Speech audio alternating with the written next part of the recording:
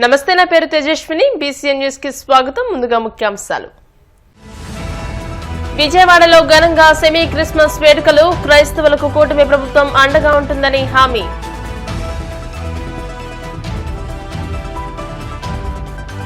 కృష్ణా జిల్లా గొడవరు గ్రామంలో పర్యటించిన deputy CM Pawan Kalyan. Road నిర్మాణంపై అధికారులకు దిశానిర్దేశం.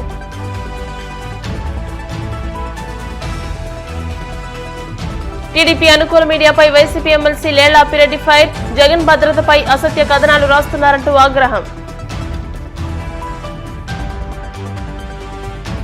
కాకినాడలో ఘనంగా సెమీ క్రిస్మస్ వేడుకలు. ముఖ్య అతిథులుగా హాజరైన collector Shanmohan, city MLA Kondababu. ఎన్ని కష్టాలు ఎదురైనా రాష్ట్రాన్ని బాగు చేయాలన్నదే తమ లక్ష్యమని, ఆ లక్ష్యాన్ని వదిలిపెట్టేదిలేదని ఏపీ ముఖ్యమంత్రి చంద్రబాబు నాయుడు పేర్కొన్నారు. విజయవాడలో సోమవారం రాత్రి నిర్వహించిన సెమీ క్రిస్మస్ వేడుకల్లో ఆయన పాల్గొని కీలక వ్యాఖ్యలు చేశారు. గత 6 నెలలుగా అహోరాత్రులు పరిశోధన చేస్తున్నా గత 5 ఏళ్లుగా జరిగిన విధ్వంసానికి పరిష్కారం దొరకడం లేదని చంద్రబాబు పేర్కొన్నారు. క్రైస్తవులకు కూటమి ప్రభుత్వం అండగా ఉంటుందని, గుంటూరులో క్రైస్తవ భవనాన్ని తామే పూర్తి చేస్తామని హామీ ఇచ్చారు. గత 5 ఏళ్లలో పాలకులు భవన నిర్మాణం చేయకుండా నిర్లక్ష్యం చేశారని అన్నారు. గత పాలకులు క్రైస్తవ అనుబంధ విద్యాసంస్థలు ఇబ్బందులకు గురి చేశారని, ఆర్థిక అసమానతలు తగ్గించేందుకు కలిసి పనిచేద్దామని చంద్రబాబు పిలుపునిచ్చారు. లోక రక్షకుడైన ప్రభు కరుణా కటాక్షాలు ఉండాలని ఆకాంక్షిస్తూ పెద్ద ఎత్తున ఈ కార్యక్రమాన్ని మనం నిర్వహించుకుంటున్నాం. ప్రేమ, కరుణ, సేవకు ప్రతీక క్రిస్టియానిటీ. నేను ఎన్నో సందర్భాల్లో చెప్పాను, ఎక్కడైనా ఒక మంచి హాస్పిటల్లో మెరుగైన సేవలు అందిస్తున్నారంటే ఇప్పుడు కాదు, స్వతంత్రం రాకమునప్పటి నుంచి కూడా ఒక మంచి కాలేజీ పెట్టి పేద పిల్లలకు మంచి చదువు ఇప్పించారంటే అది క్రిస్టియన్ ఇన్స్టిట్యూషన్సే పెద్ద ఎత్తున చేశాయి. దీనికి స్ఫూర్తి ఇచ్చింది కూడా యేసు ప్రభు ఇచ్చారు. పశువుల పాకలో పుట్టి గొర్రెల కాపరిగా పెరిగి నిరాడంబర చాటుకున్న ప్రజారక్షకుడు యేసు. నమ్మిన వారి కోసం బలిదానానికి సైతం వెనుకాడని క్రీస్తు గొప్పతనం ప్రతి ఒక్కరు కూడా ఉత్తేజాన్ని తీసుకోవాల్సిన అవసరం ఉంది. నేను ఎప్పుడు వచ్చినా మీతో మాట్లాడుతూ ఉంటే మీ ఉత్సాహం చూసినప్పుడు ఒక స్ఫూర్తిదాయకమైన సందేశాన్ని ఇక్కడి నుంచి పొందుతున్నాం. ఎల్లప్పుడూ కూడా మనందరం ప్రభు త్యాగాన్ని స్మరించుకోవాలి, శాంతి మార్గాన్ని అనుసరించాలి, ప్రేమతత్వాన్ని పెంచుకోవాలి, ఈర్ష్య ద్వేషాలు పరదొలాలి, అబద్ధం లంచం వంటి పాపాలకు దూరంగా ఉండాలి. ఈరోజు రోజు రోజుకు విలువలు పడిపోయే ఈ సమయంలో కనీసం మనం చూస్తే డిసెంబర్ నుంచి జనవరి అంతవరకు కూడా ఫస్ట్ వీక్ అంతవరకు కూడా ప్రపంచమంతా పెద్ద ఎత్తున జరుపుకునే ఏకైక పండుగ ఈ క్రిస్మస్ అని చెప్పి కూడా నేను మీకు తెలియజేస్తున్నా. జెరూసలం వెళ్లే క్రైస్తవులకి మొట్టమొదటిసారిగా ఆర్థిక సహాయం ప్రవేశపెట్టిన పార్టీ తెలుగుదేశం పార్టీ. ఆ విధంగా కూడా మనం ముందుకు పోయాం. ఇంకొక పక్క క్రైస్తవ విద్యార్థుల సంక్షేమం కోసం ప్రీ మెట్రిక్ స్కాలర్షిప్లు కానీ, పోస్ట్ మెట్రిక్ స్కాలర్షిప్లు కానీ, ట్యూషన్ ఫీజు అంతా కూడా రీఎంబర్స్మెంట్ చేయడం కానీ ఇవన్నీ చేశాం.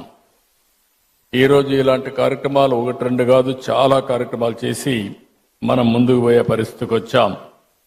ఈరోజు ఇంకొక పక్కన మీరు చూస్తే 5 సంవత్సరాలు క్రిస్టియన్ సంస్థలు ప్రారంభించినటువంటి ఎయిడెడ్ ఇన్స్టిట్యూషన్స్ అన్ని డ్యామేజ్ చేసే పరిస్థితికి వచ్చారు, నిర్వీర్యం చేసే పరిస్థితికి వచ్చారు. AP deputy CM Pawan Kalyan గత కొన్ని రోజులుగా రాష్ట్రంలో క్షేత్రస్థాయిలో విస్తృత పర్యటనలు చేపట్టారు. ఇందులో భాగంగా ఆయన కృష్ణా జిల్లా కంకిపాడు మండలం గొడవరు గ్రామంలో పర్యటించారు. ఇక్కడ పంచాయతీరాజ్ గ్రామీణాభివృద్ధి శాఖ చేపట్టిన అభివృద్ధి పనులను పరిశీలించారు. పల్లె పండుగ కార్యక్రమంలో ఇచ్చిన హామీ మేరకు గొడవరు గ్రామం మీదుగా తోట్లవల్లూరు మండలం రొయ్యూరు గ్రామానికి నిర్మిస్తున్న రోడ్డు నిర్మాణ పనులను పరిశీలించారు. పనులు జరుగుతున్న తీరును అధికారులను అడిగి తెలుసుకున్నారు. బీటీ రోడ్డు 3 లేయర్ల నాణ్యతను స్వయంగా తనిఖీ చేశారు. అడుగు మేర రోడ్డును తవ్వి తీసిన శాంపిల్స్ ను పరీక్షించారు. అనంతరం అధికారులకు పలు సూచనలు చేశారు.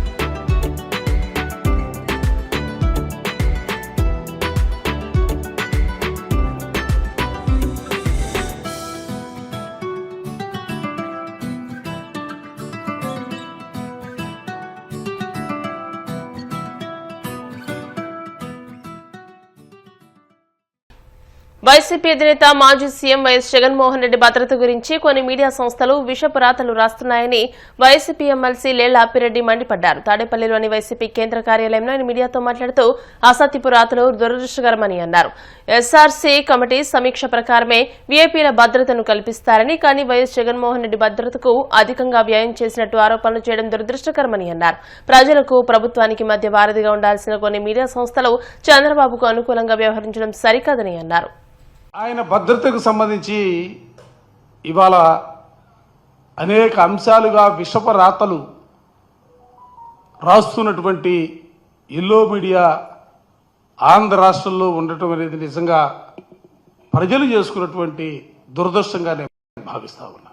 ఎందుకు ఈ విషయాన్ని చెబుతున్నానంటే, ఏ రాష్ట్రంలో ఏ ముఖ్యమంత్రికి సంబంధించి కానీ, లేకపోతే ప్రభుత్వంలో కొనసాగుతున్నటువంటి పెద్దలు, లేకపోతే శాసనసభ్యులు, శాసనమండలి సభ్యులు, వాళ్ళ భద్రతకు సంబంధించినటువంటి అన్ని అంశాలు కూడా రాష్ట్ర స్థాయిలో డీజీపీ గారు లేకపోతే ఇంటెలిజెన్స్ సంబంధించి ఒక కమిటీగా ఉండి, దాన్ని ఎస్ఆర్సీ అంటాం, ఆ కమిటీ ద్వారా ఆయా వ్యక్తులకు సంబంధించినటువంటి భద్రత ఏ విధంగా ఉండాలా, వాళ్ళు పర్యటించే సందర్భాల్లో ఏ విధంగా భద్రత సంబంధించినటువంటి జాగ్రత్తలు తీసుకోవాలనేది ఎస్ఆర్సీ కమిటీ నిర్ధారిస్తూ ఉంటుంది. కానీ ఇవాళ ఈ రాష్ట్రంలో 40 సంవత్సరాల నుంచో 50 సంవత్సరాల నుంచో పత్రికలు నడుపుతున్నామని, ఆ పత్రికలకు సంబంధించి ఇవాళ ఆ పత్రికల్లో రాస్తున్నటువంటి రోతరాతలు చూస్తూ ఉంటే, ఇవాళ ముఖ్యమంత్రిగా ఉన్నటువంటి చంద్రబాబు నాయుడిని ఆకాశానికి ఎత్తే పరిస్థితులు, జగన్మోహన్ రెడ్డి గారు ఏదో భద్రతాపరంగా ప్రభుత్వ ధనాన్ని ఖర్చు పెట్టినట్టుగా చూపే భావాలతో ఇవాళ ఆ పత్రికలు చేస్తున్నటువంటి విషప రాతల్ని వైఎస్ఆర్ కాంగ్రెస్ పార్టీగా ఖండిస్తూ ఉన్నాం. మీరు కూడా ఆలోచన జరుగుతూ ఉన్నా, ఏ అంశాన్ని తీసుకున్నా కూడా అబద్ధాలకు రెక్కలు కట్టి అదేదో ప్రపంచమంతా కూడా తిరిగి రావాలనే భావంతో మీరు చేస్తున్నటువంటి పోకళ్ళు కూడా ప్రజాస్వామ్యంలో మంచిది కాదన్న అభిప్రాయాన్ని కూడా చాలా స్పష్టంగా సూటిగా ఎల్లో మీడియాకి నేను చెప్పదలుచుకున్నా. జగన్మోహన్ రెడ్డి గారు ముఖ్యమంత్రిగా ఆయన కొనసాగిన కాలంలో సంవత్సరానికి 90 కోట్ల రూపాయలు 980 మంది భద్రతకు సంబంధించినటువంటి అధికారులు పోలీసుల్లో వినియోగించుకున్నట్లుగా ఈరోజు కూడా మీడియాలో వచ్చినటువంటి పరిస్థితులు. నేను ఇందాక చెప్పా, అసలు ముఖ్యమంత్రికి సంబంధించి ఏ విధమైనటువంటి భద్రత ఉండాలనేది ముఖ్యమంత్రి గారు నిర్ణయించుకోరు. దయచేసి గమనించమని కోరుతా ఉన్నా. ముఖ్యమంత్రి గారికి సంబంధించినటువంటి భద్రతని రాష్ట్ర పోలీసు విభాగం, ఇంటెలిజెన్స్ విభాగం ఒక కమిటీగా, ఎస్ఆర్సి కమిటీగా ఉండి ఆ కమిటీ ద్వారా ప్రజాబలం కలిగినటువంటి నాయకులు ప్రజల్లోకి వెళ్లే పరిస్థితుల్లో వాళ్ళకి ఏ విధమైనటువంటి భద్రత కల్పించాలనే ఆలోచనలే కాబట్టి సిఫార్సు చేస్తే వ్యవస్థలు భద్రతని సమకూరుస్తూ ఉంటారు. కానీ ఏమీ లేవు. చంద్రబాబు నాయుడిని గొప్పవాడుగా, చంద్రబాబుని నిరాడంబరుడుగా, చంద్రబాబు అసలు భద్రతే వాడుకోని విధంగా కేవలం 121 మంది భద్రతా సిబ్బంది ఆయనకు ఉన్నట్టుగా ఇవాళ కథనాలతో ప్రజల్ని మభ్యపెట్టడానికి చేస్తున్నటువంటి ప్రయత్నాలు. క్రీస్తును స్ఫూర్తిగా తీసుకుని ప్రేమ, దయాగుణాలు అలవర్చుకోవాలని కాకినాడ జిల్లా కలెక్టర్ షణ్మోహన్ సగిలి పేర్కొన్నారు. సోమవారం సాయంత్రం మైనార్టీ సంక్షేమ శాఖ, AP state Christian finance corporation ఆధ్వర్యంలో కాకినాడ స్మార్ట్ సిటీ కార్పొరేషన్ సమావేశ మందిరంలో నిర్వహించిన సెమీ క్రిస్మస్ కార్యక్రమానికి ముఖ్య అతిథిగా కలెక్టర్ హాజరయ్యారు. ఈ సందర్భంగా కలెక్టర్ మాట్లాడుతూ క్రిస్మస్ వేడుకలను రాష్ట్ర ప్రభుత్వం అధికారికంగా నిర్వహిస్తోందని అన్నారు. ఎవరికి ఎటువంటి సమస్య ఉన్నా తమ దృష్టికి తీసుకొస్తే పరిష్కరిస్తామని తెలియజేశారు. ఈ కార్యక్రమంలో పాల్గొన్న మరో అతిథి కాకినాడ సిటీ ఎమ్మెల్యే వనమాడి వెంకటేశ్వరరావు క్రైస్తవులందరికీ క్రిస్మస్ శుభాకాంక్షలు తెలియజేశారు.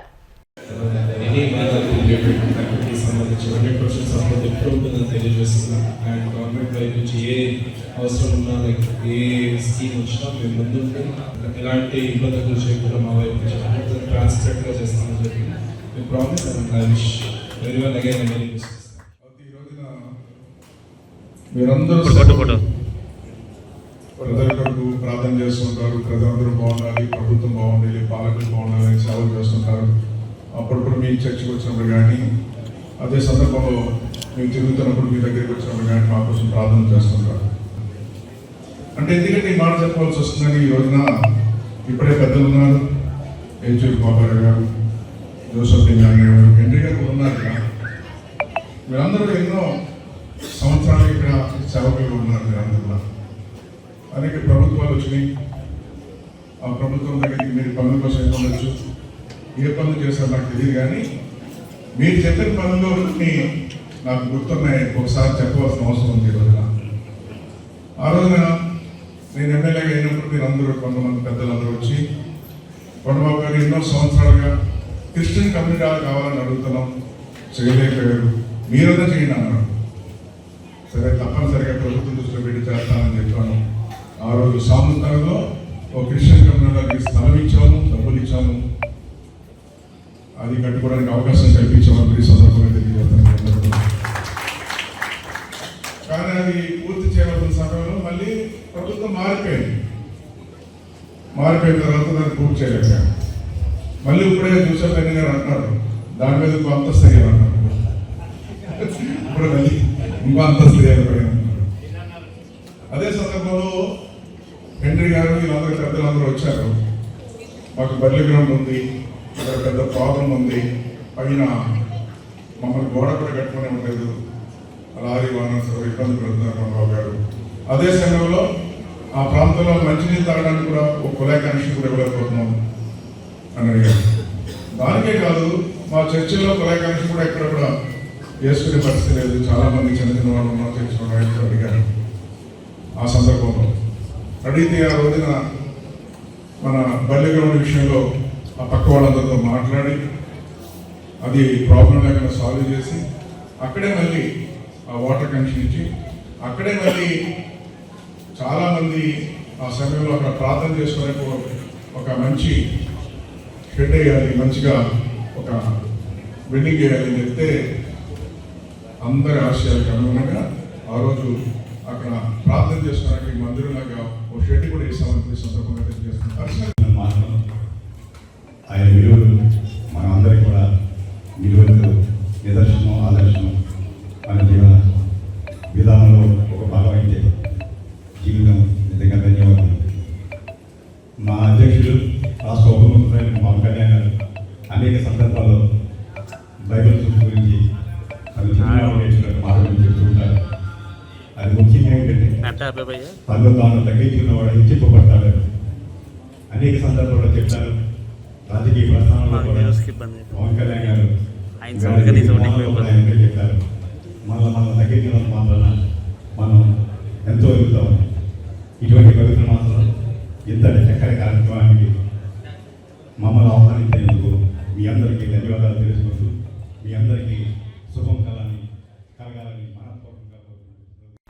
ఇప్పుడు కాసేపు ప్రకటనలు.